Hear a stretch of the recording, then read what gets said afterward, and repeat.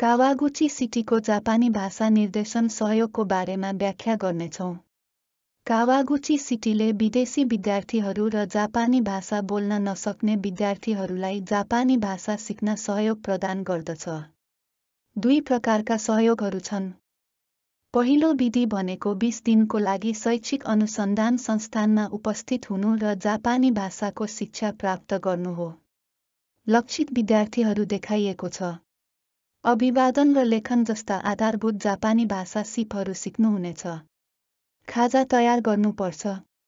प्राथमिक विद्यालयका विद्यार्थीहरूलाई उनीहरूका अभिभावकहरूले शैक्षिक संस्थानबाट ल्याउन र लैजानु पर्दछ।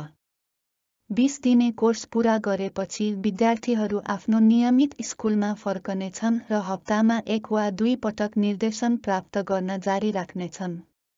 यदि तपाईँ जापानी भाषा कक्षामा अध्ययन गर्न चाहनुहुन्छ भने कृपया आफ्नो होमरुम शिक्षकसँग परामर्श गर्नुहोस्। विद्यालयमा आवेदन फारम छ। आवेदन फारम भर्नुहोस् र विद्यालयमा बुझाउनुहोस्। यो जापानी भाषा निर्देशन कक्षाको तस्बिर हो। विभिन्न कक्षाका विद्यार्थीहरू जापानी भाषा सिक्न कडा परिश्रम गरिरहेका छन्। पहिलो दिन अभिभावकहरूलाई जापानी भाषा निर्देशन कक्षाको बारेमा व्याख्या गर्नेछौँ। दोस्रो विकल्प भनेको हप्तामा 1 वा 2 पटक तपाईँको विद्यालयमा जापानी भाषाको शिक्षा प्राप्त गर्ने कोर्स लिनु हो। विद्यालय अनुसार कक्षाको सङ्ख्या र अवधि फरक हुन्छ। विद्यालयका शिक्षकसँग परामर्श गरेर निर्णय गरिनेछ। कक्षाका पाठहरू बुझ्न सक्षम भएपछि जापानी भाषा निर्देशन समाप्त हुन्छ। जापानी भाषा शिक्षण सहयोगमा भाग लिने प्रक्रियाहरू देखाइएको छ।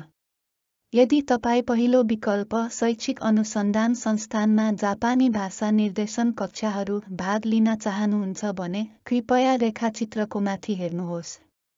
यदि तपाईँ दोस्रो आफू पढ्ने विद्यालयमा जापानी भाषा पढ्न चाहनुहुन्छ भने कृपया रेखाचित्रको तल हेर्नुहोस्।